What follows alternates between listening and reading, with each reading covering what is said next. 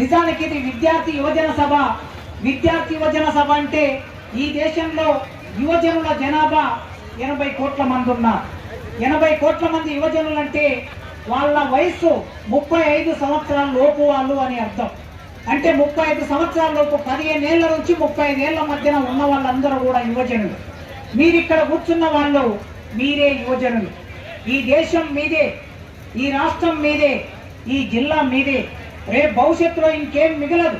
రేపు మిగిలేదల్లా భవిష్యత్తు 50 ఏళ్ళు నిండిన వాళ్ళు, 60-70 ఏళ్ళు నిండిన వాళ్ళు రాజకీయ నాయకులుగా ఉంటారు, వ్యాపారవేత్తలుగా ఉంటారు, ఉద్యోగులుగా ఉంటారు. కానీ రేపు భవిష్యత్తులో మీరు చదివిన చదువుకు ఉద్యోగం రావాలంటే ఈ దేశంలో, ఈ రాష్ట్రంలో చాలా కష్టం ఉంది. ఉద్యోగాలు లేక, నిర్వహించిన పరీక్షలు సరిగ్గా నిర్వహించలేక మీరందరూ చూశారు కదా. ఈ దేశంలో 22 లక్షల మంది మీ తమ్ముళ్ళు, మీ చెల్లెళ్ళు లేదా మీ సోదరులు మీలాంటి వాళ్ళే నీట్ పరీక్ష రాశారు. ఒకరు కాదు, ఇద్దరు కాదు, 22 లక్షల మంది. 22 లక్షల మంది అంటే 1 కోటి జనాభాకు సంబంధించిన కుటుంబాలు. ఒక్క విద్యార్థి వెనక ఒక కుటుంబం ఉంటుంది. ఒక కుటుంబంలో 4 మనుషులు ఉంటే దాదాపుగా కోటి మంది జనాభా.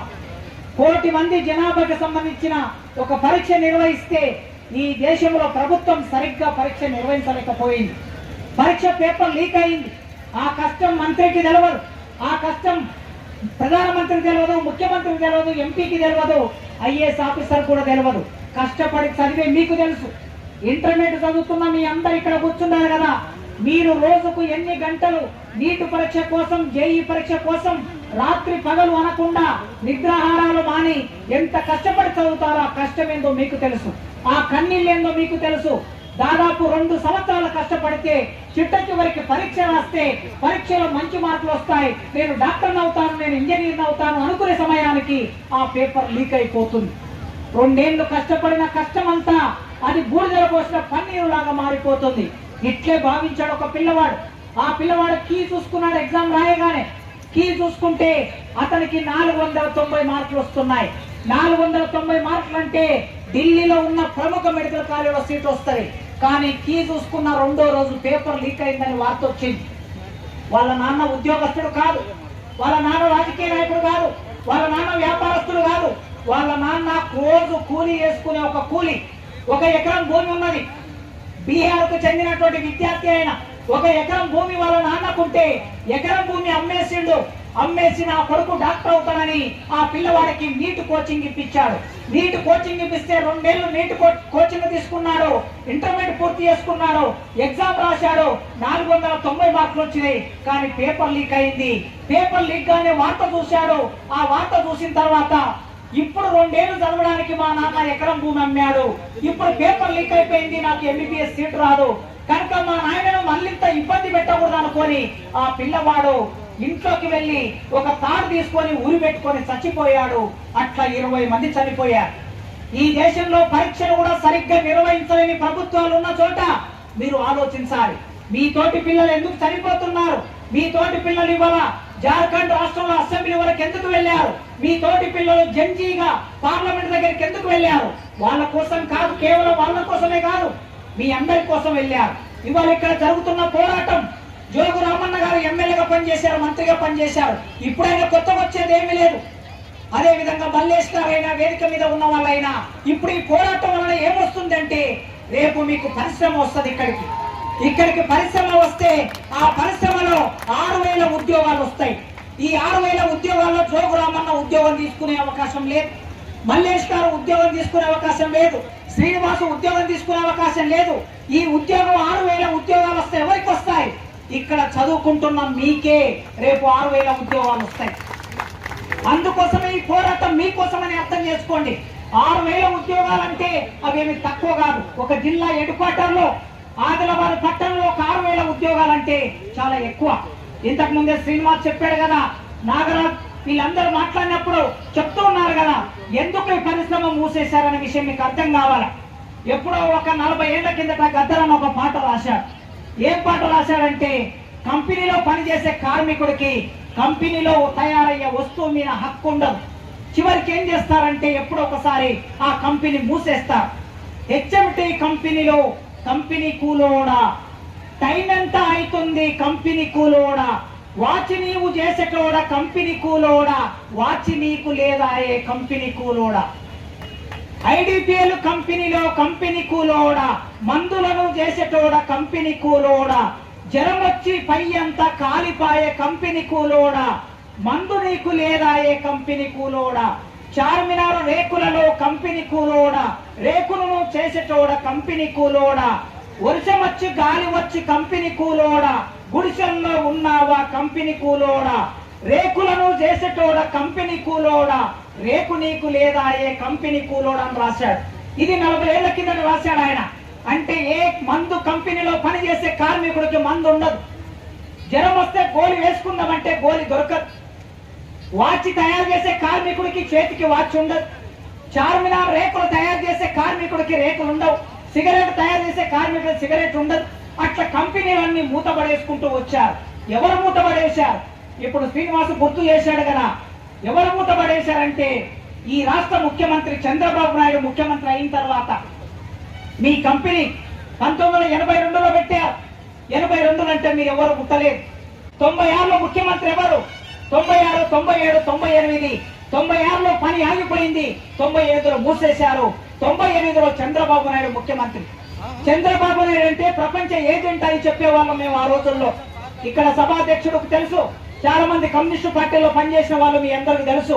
ఏమిటి అంటే చంద్రబాబు నాయుడు ప్రపంచ జీతగాడు అనేవాళ్ళు. ఆ చంద్రబాబు నాయుడు మొత్తము తెలంగాణలో ఉన్న పరిశ్రమలన్నిటిని మూతేసుకుంటూ వచ్చాడు. ఈ ఆదిలాబాద్ జిల్లాకు పక్కన ఉన్న నిజామాబాద్ జిల్లా ఉన్నది. నిజామాబాద్ జిల్లాలో బోధన షుగర్ ఫ్యాక్టరీ మూసేశాడు. హైదరాబాద్ లో బీడీఎల్ మూసేశాడు. హైదరాబాద్ లో దాదాపు ఒక 2000 కంపెనీలు మూసేశాడు. అట్లా కంపెనీలు మూసేసే దాంట్లో భాగంగా చంద్రబాబు నాయుడు ఈ కంపెనీ మూసేశాడు. ఎందుకు మూస్తారు కంపెనీ? కంపెనీ ఎట్లా నడుస్తుంది?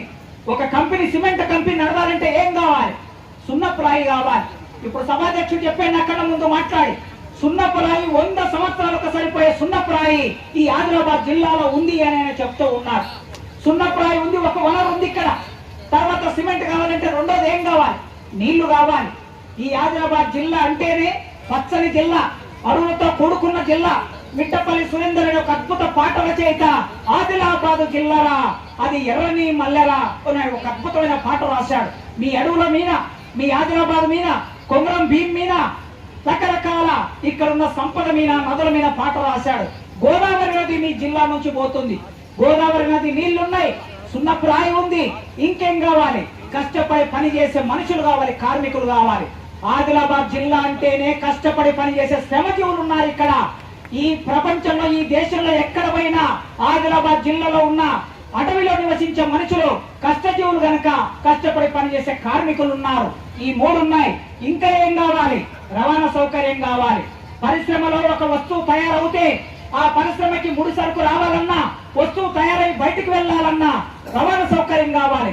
రవాణా సౌకర్యం కోసం కూతబెట్టు దూరంలో రైలు మార్గం ఉంది మీకు. అదే విధంగా జాతీయ రహదారి ఉన్నది, రవాణా సౌకర్యం ఉన్నది, విద్యుత్ ఉన్నది. అన్ని ఉన్నా కూడా ఎందుకు మూసేశారంటే ప్రైవేటు వాళ్ళు సిమెంట్ కంపెనీలు పెట్టడానికి మూసేశారు. ప్రభుత్వం సిమెంట్ కంపెనీ పెట్టింది ఇక్కడ. ప్రభుత్వం పెట్టిన సిమెంట్ కంపెనీలో స్వయంగా ప్రభుత్వమే 772 ఎకరాల భూమిని తీసుకున్నది. మరో 1500 ఎకరాల భూమిని లీజుకు తీసుకున్నది. మొత్తం 2300 ఎకరాలని మీ కరపత్రం రాశారు. 2300 ఎకరాల భూమి అంటే ఇది చిన్న విషయం కాదు. ఈ కంపెనీ ఎందుకు మూసేశారంటే ఈ భూమిని ఆక్రమించడం కోసం మూసేశారు. ఇవాళ ఎకరం భూమి కొన్ని కోట్ల రూపాయలు బతుకుతుంది కనుక ఈ చుట్టుపక్కల ఉన్న పార్టీల నాయకులందరూ, కేంద్రంలో రాష్ట్రంలో అధికారంలో ఉన్న వాళ్ళందరూ ఈ భూమి మీద వాళ్ళ కన్నుబడింది. కంపెనీ మూసేసి 6000 మంది ఉద్యోగులని వాళ్ళని రోడ్డు మీదకి పంపించి ప్రశాంతంగా రాజకీయ నాయకులు ఆట చూస్తున్నారు. ఎట్లా ఆట చూస్తున్నారు? ఇప్పుడే మీ వాళ్ళు ఫోటోలు చూపించారు. అక్కడ ఫోటోలు చూపించినప్పుడు 2018లో ఈ దేశ హోం మంత్రి అమిత్ షా గారు ఇక్కడ సభ పెట్టారట. ఆ సభలో ఆయన మాట్లాడుతూ ఏమన్నాడు? ఈ సిసిఐని మేము అధికారంలోకి వస్తే ఇక్కడ మా ఎంపీని గెలిపిస్తే ఈ సిసిఐని మేము ఓపెన్ చేస్తామని 2018లో చెప్పాడు. 2018 అంటే ఇప్పటికీ 8 ఏళ్ళు గడిచింది. వాళ్ళు 2 సార్లు అధికారంలోకి వచ్చారు. హోం మంత్రి అమిత్ షా గారికి నేను విజ్ఞప్తి చేస్తున్నా, అయ్యా ఇక్కడ మీ ఎంపీ గెలిచారు, మీ ఎమ్మెల్యే గెలిచారు. ఇక్కడ ఉన్న ఎంపీ గారు, ఎమ్మెల్యే గారు మీరిద్దరు అమిత్ షా గారి దగ్గరికి వెళ్ళి ఈ పరిశ్రమను ఓపెన్ చేయడానికి ఏం కావాలి? డబ్బు కావాలి. ఎంత డబ్బు అడుగుతున్నారు? రాష్ట్ర ప్రభుత్వం 250 కోట్లట, కేంద్ర ప్రభుత్వం 250 కోట్లట, ఇంకొక 1500 కోట్లు బ్యాంకు నుంచి రుణం తీసుకుంటారట. ఈ మొత్తం కలిపితే ఇవి 2000 కోట్లట. 2000 కోట్ల డబ్బు మీ దగ్గర లేదా? ఇవాళ తెలంగాణ ప్రభుత్వం దగ్గర, కేంద్ర ప్రభుత్వం దగ్గర 2000 కోట్ల డబ్బు లేదా? మొన్ననే 4 రోజుల కిందట నేను పేపర్లో చదివాను. 1 సంవత్సర కాలంలో మోడీ గారు విదేశీ పర్యటన చేస్తే ఖర్చు ఎంతనో తెలుసా? 270 కోట్లకు పైగా. ఆయన జస్ట్ ఈ దేశం నుంచి మరో దేశం అమెరికా వెళ్ళడానికి, జర్మనీ వెళ్ళడానికి, జపాన్ వెళ్ళడానికి సంవత్సరంలో ఆయన చేసిన ఖర్చు 270 కోట్లు. మోడీ గారు మీరు 1 సంవత్సరం విదేశాలకు వెళ్లకుండా భారతదేశంలోనే ఉండి ప్రజల కోసం పనిచేస్తే ఆ 270 కోట్లు ఇదో మా ఆదిలాబాద్ లో పరిశ్రమకి ఇస్తే ఇదో ఇక్కడ కూర్చున్న మా పిల్లలందరికీ ఉద్యోగాలు వస్తాయి. అదే విధంగా రేవంత్ రెడ్డి గారు చాలా మొన్న బోనాల పండగకి కొన్ని కోట్లు ఇచ్చారు, రంజాన్ పండగకి కోట్లు ఇచ్చారు, బక్కమ్మ పండగకి కోట్లు ఇస్తారు, రేపు దసరా పండగకి ఇస్తారు. అయ్యా పండుగలన్నీ మేము చేసుకుంటాం, మాకేమి మీరు డబ్బులు ఇవ్వాల్సిన అవసరం లేదు, మతాల పరంగా డబ్బులు ఖర్చు పెట్టవలసిన అవసరం లేదు. మీరు డబ్బులు ఇస్తేనే మా ఇంట్లో పండుగ చేసుకుంటామా? మీరు డబ్బులు ఇస్తేనే మేము కొత్త బట్టలు తెచ్చుకుంటామా? మీరు డబ్బులు ఇస్తేనే మేము మటన్ కోడి వండుకుంటామా? మీరు ఇచ్చినా ఇవ్వకపోయినా మా పని మేము చేసుకుంటాం. మీరు మొత్తం పండుగలకు ఇచ్చే డబ్బులన్నీ ఆపేసేయండి. ఆపేసి ఈ కంపెనీ ఓపెన్ చేస్తే ఇక్కడ ఉన్న పిల్లలకు ఉద్యోగాలు వస్తాయి కనుక రేవంత్ రెడ్డి గారు వెంటనే మీరు 250 కోట్లు ఇవ్వండి.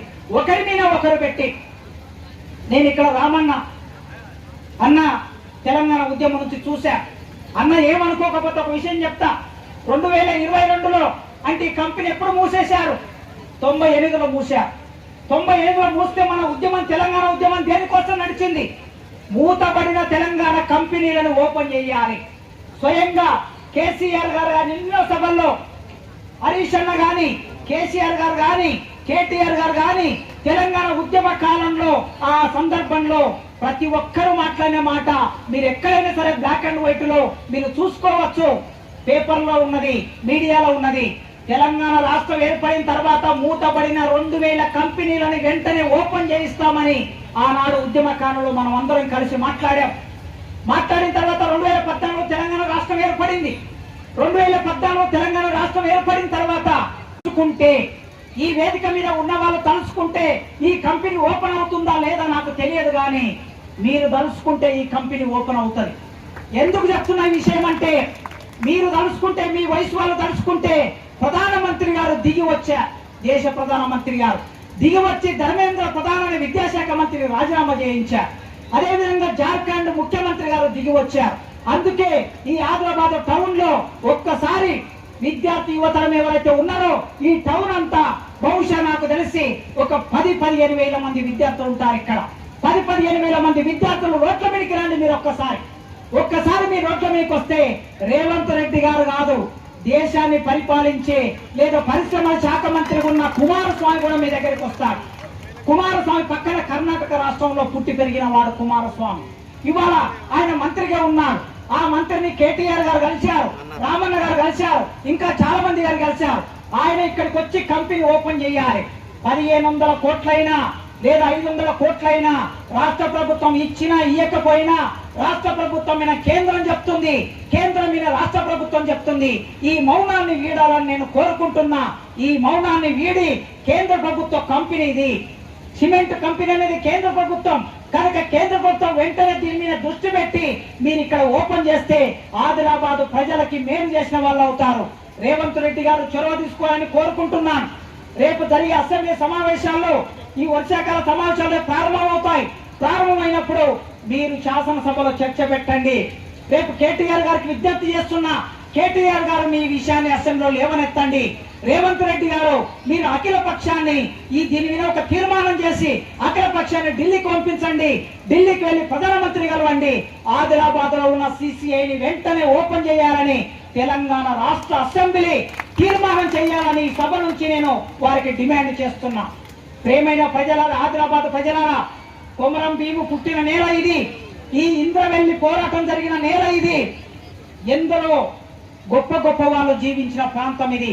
కనుక పోరాట వారసత్వం ఉన్న మీరు దేనినైనా పోరాడి సాధించుకోవడం పెద్ద సమస్య కాదు గనక పోరాటాలు ఒక్కటే సమాజంలో ప్రభుత్వాలను కదిలించగలుగుతాయి. అలాంటి పోరాటానికి ప్రియమైన విద్యార్థులు మీరందరూ సిద్ధం కావాలని, మీ భవిష్యత్తును మీ చేతులతోనే నిర్మించుకోవాలని ఇవాళ నన్ను ఇక్కడికి పిలిచా. ఎక్కడో పాలమూరు జిల్లాలో పుట్టాను నేను. మీ ఊరికి మా ఊరికి 1000 కిలోమీటర్ల దూరం.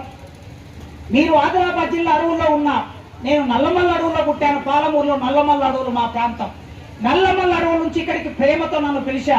నేను ఉస్మానియా యూనివర్సిటీలో ఆర్ట్స్ కాలేజ్ ప్రిన్సిపాల్ గా ఉన్నాను గనక, తెలంగాణ ఉద్యమంలో పాల్గొన్నాను గనక మీతో 4 మాటలు పంచుకునే అవకాశాన్ని ఇక్కడ ఏర్పడి పోరాటం చేస్తున్న ఈ కమిటీ వాళ్ళు ఆలోచించి నన్ను ఇక్కడికి పిలిపించారు. ముఖ్యంగా PDS నాగరాజు రోజు వెంటబడి 10 రోజుల నుంచి రోజుకు 2 సార్లు ఫోన్ చేస్తారు. సార్ మీటింగ్ ఉన్నది, సార్ 12వ తారీఖు మీటింగ్ ఉన్నది. ఇవాళ పొద్దున కూడా నేను 5 గంటలకు బయలుదేరాలి, ఆయన 4 గంటలకు ఫోన్ చేశాడు, సార్ బయలుదేరాలా లేదా అని. హైదరాబాద్ నుంచి ఇక్కడికి వచ్చే వరకు 10 సార్లు ఫోన్ చేశాడు. అంటే ఈ నాగరాజు నల్గొండ జిల్లాలో పుట్టాడు. మీ జిల్లాకి ఏం సంబంధం లేదు. నల్గొండ జిల్లాలో పుట్టిన నాగరాజు పాలమూరు జిల్లాలో పుట్టిన నన్ను ఇక్కడికి తీసుకురావడానికి ఇంత పర్సుయేషన్ ఉంది అంటే దీని అర్థం ఏమిటి? మీరు చేస్తున్న పోరాటం న్యాయబద్ధమైన పోరాటం. మీరు చేస్తున్న పోరాటం విజయం సాధించాలని, మీతో పాటు మేము కూడా భాగం కావాలనే ఉద్దేశంతో మేము ఇక్కడికి వచ్చాం. మీ పోరాటం విజయం సాధిస్తుంది. మీ పోరాటం విజయం సాధించే వరకు తప్పనిసరిగా నా మాట ద్వారా, నా రాత ద్వారా, మీలో ఒకరి పోరాటం ద్వారా మీతో పాటు వెన్నుదన్నుగా ఉంటానని ఇంతసేపు నా మాటలను మీ అందరికీ పేరు పేరున ఉద్యమ నమస్కారాలు తెలియజేస్తూ ముగిస్తున్నా. Thank you.